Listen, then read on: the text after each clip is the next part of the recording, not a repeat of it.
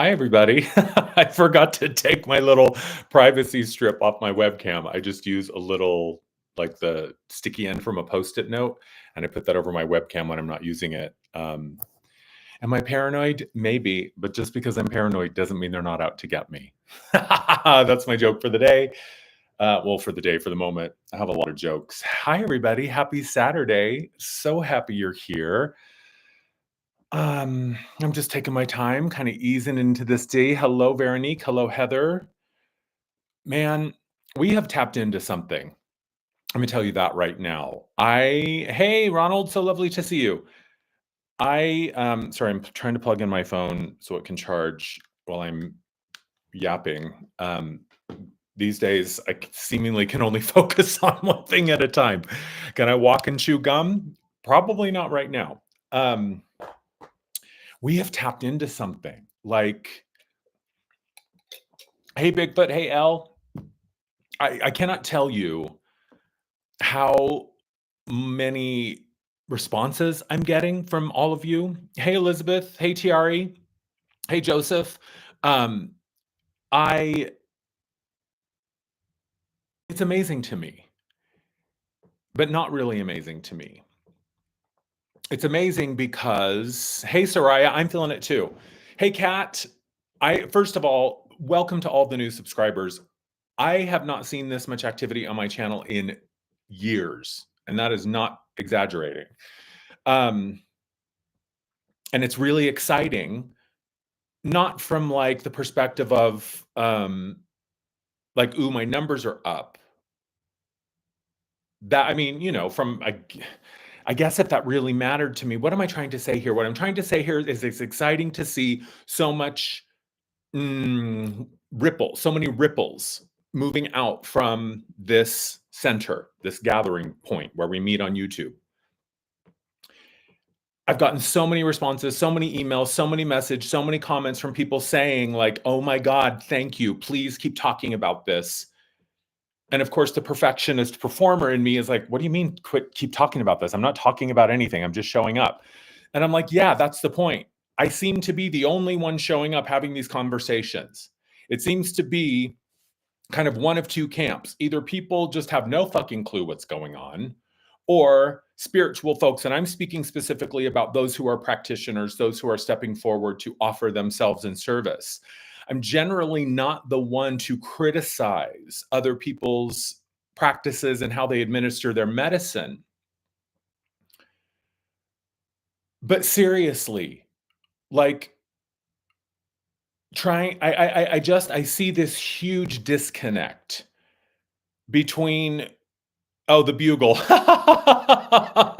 I don't even know where the bugle is. I think I packed it away. Honestly, that period of my life a couple years ago was pretty dark. I look back on that in hindsight and I'm like, my God, I was so thirsty and desperate. I mean, through the lens of humor, like I've always said, I have to find a way to laugh about it. But God, like in that moment of my life, I was desperate. I was scrabbling and scratching and scraping and grasping at anything, everything.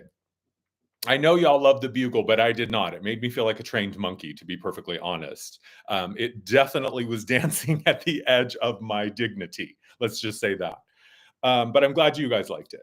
Um, I don't know. It's just there's something stirring. There's something happening. The fact that so many people for the first time are tuning into my channel through that first What the WTF video and then the continuing series. So I'm going to ask for your support to continue to share, continue to like and subscribe. And I mean that in a very literal sense, because let's face it, it's the algorithm. And the algorithm is only going to pay attention to things that are hot and active and sparkly and shiny and moving. So the more attention, the more focus we can place upon these gatherings, the bigger these ripples are going to become. And I just look around and I don't see many practitioners asking these kinds of questions. And maybe that's a good thing, right? If there's a void out there in the spiritual landscape of what we folks are talking about, then I'm happy to fill it if it means asking some questions that are honest and real. Look, I get it. I understand there are a lot of people out there that are disillusioned with coaches or healers or practitioners charging exorbitant amounts of money for courses and workshops. And I don't hate on them for that. Look, dude, if you can get people to spend thousands of dollars on your program, good on you. Go for it. I in no way am hating on anybody's mm, attempt to do by themselves, do for themselves. And if what they're offering is legit, knock yourself. Well, if what they're offering is not legit, that has nothing to do with me. It's just, yeah, I get it, Bliss, right? They can't afford to be real. And I understand there's a lot of things that we can't even ask about. We can't even talk about. For some reason, we have lost the ability to have conversations mm, where we entertain other points of view and try to put on another person's perspective and find some compassion and find some empathy. No, we've just completely gone back to, fifth grade. You're right, you're wrong, you're good, you're bad, you're popular, you're not. We're like kids on the playground, only our games have some more serious outcomes. um Thank you, Melissa, I appreciate that. Anyway, my point here is that we are creating something that has not been created. I agree, Jillian. We are talking about things that aren't really being talked about right now, and that's what I'm here for.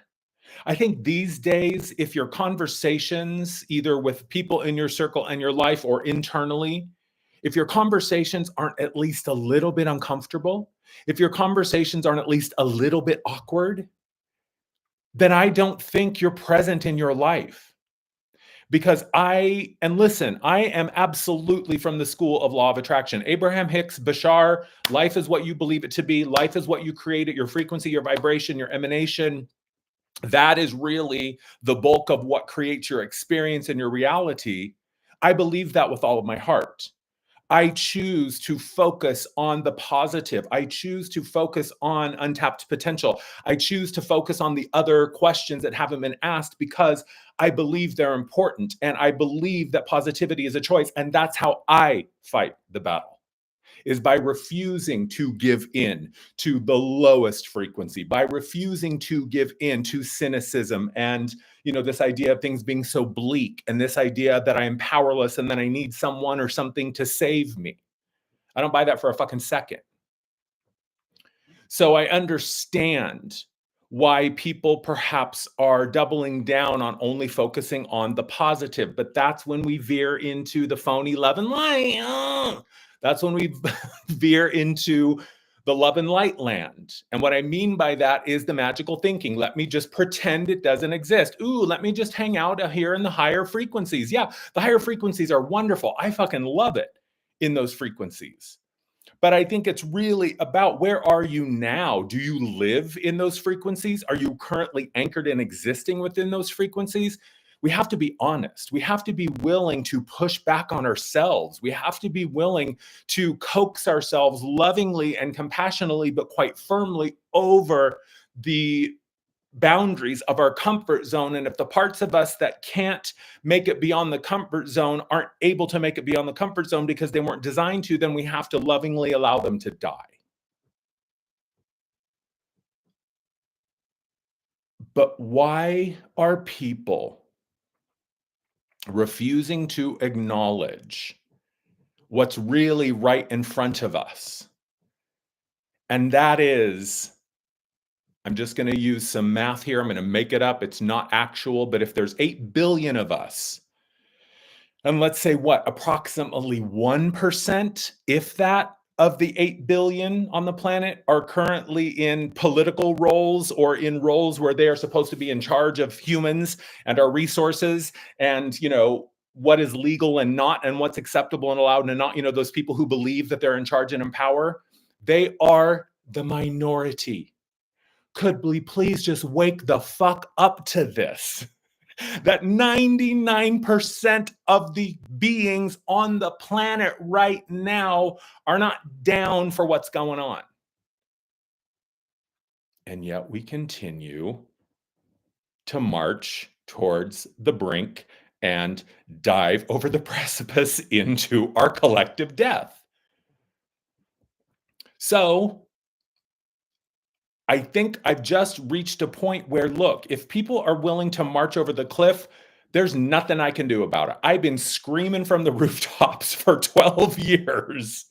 And people listen, people hear me, but what I also know is people can only hear at the level that they are aware of, right? If you're at 7 and I'm operating at 10 and you aren't even aware that things go beyond 7, you're never going to be able to hear me because you don't even know there's anything more than where you are, right? So if people aren't willing to challenge what they have been sold, what they have been told, what they have been force fed, I can't do anything about that. I can't make someone want to wake up. I can't make someone want to investigate and explore what they've been told is true. I can't make someone objectively look at the inconsistencies that are present in the narratives that we are currently being force fed. If you don't want to look at those things objectively, then that's okay. That's on you. I'm not going to stand at the cliff's edge anymore telling people they're going the wrong way. It's a waste of my time. What I'm in for are these kinds of things where we just show up, we stake a claim and say, hey, this is what we're doing over here. I've been saying this a lot. My guides have been telling me from the beginning, your job is not to put out the fire. Your job is to build the new thing. So when the fire goes out, people have someplace to go. And I'm finally just now starting to realize what that actually means. Look, I can't save anybody. I'm not here to save anybody. The only person I can even presumably save is myself. And you know, I love to say this, that if you want to save the world, you save yourself and then you share with everybody how you did it.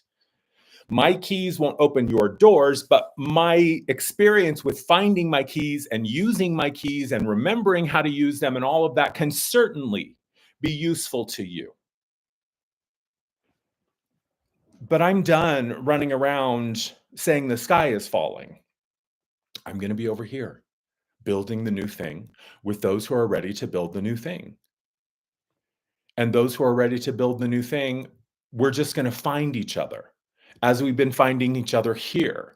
Because disillusionment recognizes disillusionment, just like truth recognizes truth, just like awakened recognizes awakened, just like sleeping and in denial recognizes sleeping and in denial. Like attracts like in a creative, generative, coherent reality, such as the one we live in. You are sticky to what you are. Yeah. So I have decided, hey, Jane, that I don't want to waste my time or spend my time focusing on people who aren't ready to get it yet. That's fine. And I've realized, this has kind of been a theme throughout my whole life, right? And I'm just now really yesterday and today, as I'm having my time in the morning, oh, bliss, it's a huge shift in perspective. I'm just realizing, look, I get it. I always vote for the underdog. I always root for the underdog. I'm always scanning the room for the person that is sitting by themselves. I'm more interested in the people who don't have a circle of friends around them. I want to hear what they have to say. So I'm always going to go for the person that I feel is left out, that I feel was left behind, or that I feel was excluded, because that was one of the biggest wounds of my childhood. And I also understand that the lens of rejection that I viewed so much of the world through isn't necessarily offering me a very clear, objective sense of what's actually happening. So I'm all for the underdogs. But even underdogs need an opportunity to come into their own power, to come back to their own authority, and to step into the realization of who and what they actually are. So it is my job to sit with myself and say, baby, look, I know you want to save them. I know the part of you that is still 7 years old, sitting by yourself on the playground, wondering why nobody wants to play with you. I understand. And it breaks my heart to feel that. And I also know that you can't save those people who aren't ready. Thank you, Jane. That's so generous of you. Right? Focus your awareness, your attention, your laser beam of magic. Focus that on yourself and on those who are ready.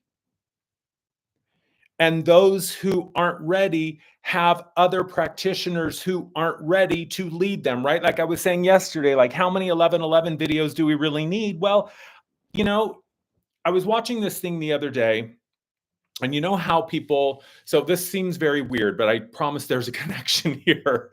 Like when I'm in the grocery store, I see a lot of those like vegetables that have been cut up, right? So broccoli or cauliflower or carrots, any vegetable that's been cut up, right? It's been cleaned and peeled and cut up and packaged in a little plastic or styrofoam container. And I always think like, why the fuck are we selling like plastic vegetables chopped up, wrapped in plastic? Just buy the vegetable and cut it yourself. Well, recently I was on Instagram and I saw someone basically saying the same thing, and someone chimed up in the comments saying, hey, I work at a grocery store, and the reason that we have all of these pre-cut, pre-packaged produce items is because a lot of people who come shop can't cook for themselves, or they don't, they have arthritis, or they're not mobile, so they can't cut.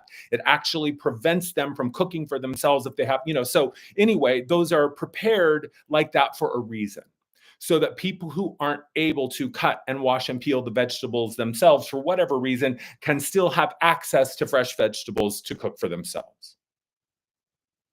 Who am I, as someone who is able-bodied and has no problem cutting and washing my own produce?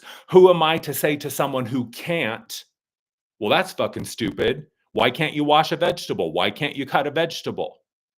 Oh, duh, it never even dawned on me to think that there's people who actually can't cut a vegetable. Or, right, Melissa, they work 60 hours, they've got kids, they're working 2 or 3 jobs, right? So my point here is that who am I to say that those practitioners who are racking up 11 million views for a dumbass fucking 1111 video, who am I to say that people don't need that? There are a whole lot of people who don't have any understanding of what any of this stuff that so many of us take for granted is or means. So who am I to say that if that's what they need, if an 1111 video is going to be the thing that triggers their awakening, who am I to sit in judgment of that? Nobody. So everyone has what they need in the way and in the time that they need it. And everybody can only connect at the level of understanding that they have achieved. So if the pinnacle of someone's understanding is currently 1111, then fucking go for it. Right? So it's like getting my head out of my own ass, getting myself out of my own navel so that I can actually see objectively, clearly, objective and clearly about what I really want. And it has nothing to do with scraping and scrapping and struggling and fighting for a place in the matrix. No. No. Like, isn't it weird that so many of the things that we fight so hard against, we're also simultaneously trying to become a part of? Right? Like, I remember when I was a kid, and I so desperately wanted to hang out with the popular kids, who, by the way, were total assholes to me. They were not friendly at all. But I reflect on that from time to time. Like, I was so desperate to be a part of a group of individuals who wanted nothing to do with me. Isn't that the world's greatest mind fuck? And here we are again in this manufactured reality that was previously run by psychopaths and sociopaths and subhuman beings that really none of us in our heart or in our gut wanted a part of. We were just programmed to believe that we had to want it. And so we did. Hello. Welcome to the country that's one of the richest on the world and also one of the sickest. It's because we've been denying ourselves for thousands of years. And my perspective is that disease is not a disease. Disease is a symptom. All disease is a symptom of one thing: disconnection. But we've been turning symptoms into diseases. That's like our favorite thing to do. Anyway, I digress. My point here is we have been duped in exactly Stockholm syndrome into desperately trying to infiltrate an organization, a reality, a construct that was designed to destroy us. Like, that is just crazy. And I raise my hand and say, I've been that kind of crazy. Time and time again, I have desperately tried to gain access to places that literally wanted to wipe me off the face of the earth. It's just what I really understand more and more. Notes for the Higher Self, my book available on Amazon. When pain is present, you will create from there first, right? Like, I've been even thinking about this with my own practice. And I've talked about this, how the only model I really had for building a business was the corporate model that I was indoctrinated into as an employee of major corporations. And so I just took the model that I had been given and kind of bolted it onto my own business, never realizing that unconsciously all I was doing was still trying to be a part of something that I wanted nothing to do with. Hey, Sophia. Anyway, it's just, I'm excited about this ripple. I'm excited about this impact that we're having. I'm excited about what we created here, even though I have no fucking idea what it is. And I'm actually kind of glad that I don't, because that keeps me neutral. That keeps me open and empty. If I don't have expectations, if I don't arrive with a whole bunch of entitled ideas of what needs to happen or what this should be, then it gets to just be what it is. And whatever it is, we have created something here. There are a whole lot of people out there asking the same questions, like, why does it have to be like this? Why do I have to live in a reality where I have to pay to live here? Nobody owns this fucking planet, and yet for centuries we have been buying and selling the land as if it belongs to us. Why on earth should I have to pay some sort of, and like, shadowless or faceless shadowy entity any amount of money just to be? I don't fucking get it. I don't get it. It's not the way it's supposed to be. It is unnatural. It is corrupt. It is perverted to expect that a being who was given a body and a soul and a life and a timeline and a path and a legion of helpers should then have to pay to live on the planet that they chose to incarnate on. It just really, really fucks with my head. And there's more people that think like this than think the other. I mean, when people start talking about their investments, when people start talking about their return on their money, I just look at them, I'm like, what the fuck are you talking about, dude? The banks are going to completely implode in the next 2 years. Why are you wasting your time? I mean, this may as well be money now, right? I mean, this is exactly as valuable as this. What's the difference? There is none. We just decided that this piece of paper means something. So then why can't it be a pen? Explain to me. What's the difference? The only difference is the belief that we have invested into it. Do you get it? The only reason it exists is because we have bought into it. To reflect on my question from 3 days ago, if you have a restaurant and nobody shows up, how long do you keep it open before you decide to close it? It's the same thing with this fuckery, the shenanigans and the buffoonery of all of these systems that we're supposed to. Why? I didn't have a hand in fucking creating that system. Why on earth should you expect me to willingly show up to play a game that I don't know the rules, that I had no hand in writing the rules, that the other team owns the referees? And it's like, it doesn't make sense. It's insanity. It's insanity. So the only thing that is making this valuable and this not is our collective belief system. Yep, that's you and that's me. We're the ones who are responsible ultimately for the fact that this is seen as valuable and that this isn't. We are. We are. It really is, Jane, isn't it? I think really one of the most powerful things we can do is refuse to go back to sleep. Refuse to be lulled back into complacency. Refuse to take the bait. No, it's not going to happen like this overnight. Yes, it is going to require us showing up and being dedicated and being devoted to bringing the visions to life. But yeah, it's going to happen. And every day, if we think of the balance of the scales, every day, one grain of sand is moved from the side of people who are asleep and don't know to people who are awakening and beginning to find out. People who are asleep and don't know to people who are awakening and beginning to find out. So, in very much less time than I think we could even understand, things are shifting. The balance is being struck. And we just have to refuse to shut up about it. We just have to continue to show up and gather and ask difficult questions of ourselves and of others. We have to be willing to kind of look at people sideways and go, do you really believe that's true? I'm just curious, right? It's not about getting into conflict with people. It's about asking very objectively and honestly, do you really believe that's true? Because I just don't see how that makes sense.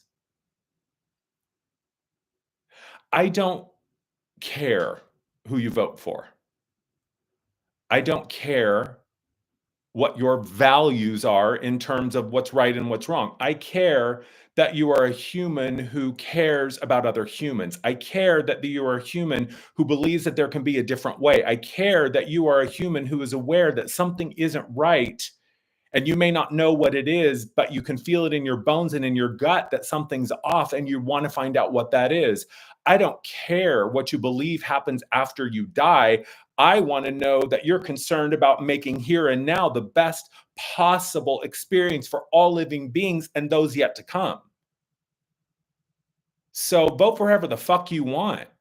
That doesn't tell me who you are. What tells me who you are is when I see you putting your money where your fucking mouth is. You're rolling up your sleeves. You're willing to get dirty. You're willing to ask hard questions. You're willing to be uncomfortable. You're willing to put your subscribers and followers on the line by speaking the fucking truth.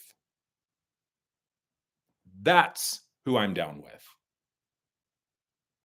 So, you want to hang? I don't give a shit about your political beliefs. I really don't. I could give two fucks. I could give two fucks. I really don't fucking care. Show me who you are by your actions and your choices. Show me who you are by who you care for and who you take care of. Show me who you are when you offer kindness or support to someone who can do nothing in return for you. That's it.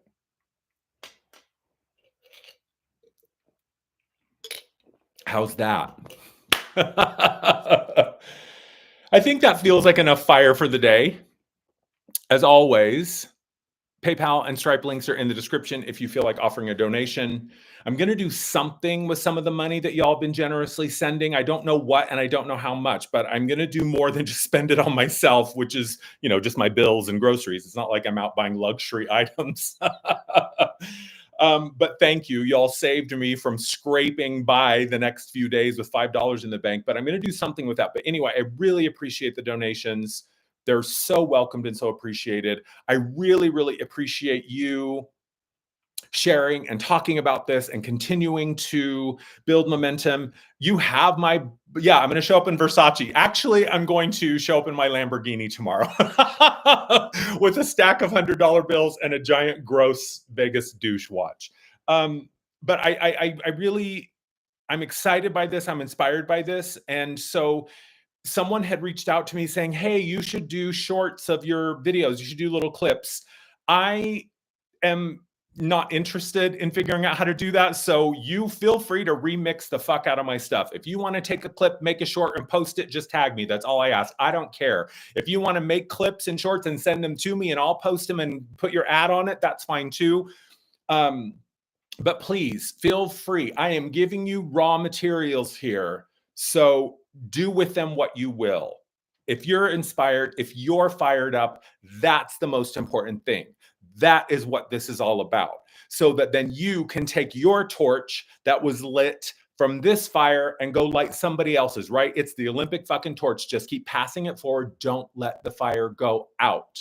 Stay feisty, stay fired up, stay clear, stay honest, stay present. Don't break eye contact with those who are refusing to give you the truth, right? Make them uncomfortable. That's what it's about. It's time to be fucking uncomfortable. And if you're not, then I seriously question your commitment to sparkle motion. Okay, y'all. Love you. Sign up for my newsletter. It's in the description below. Find me on Instagram, Amar Energy. Buy my book, Notes from the Higher Self.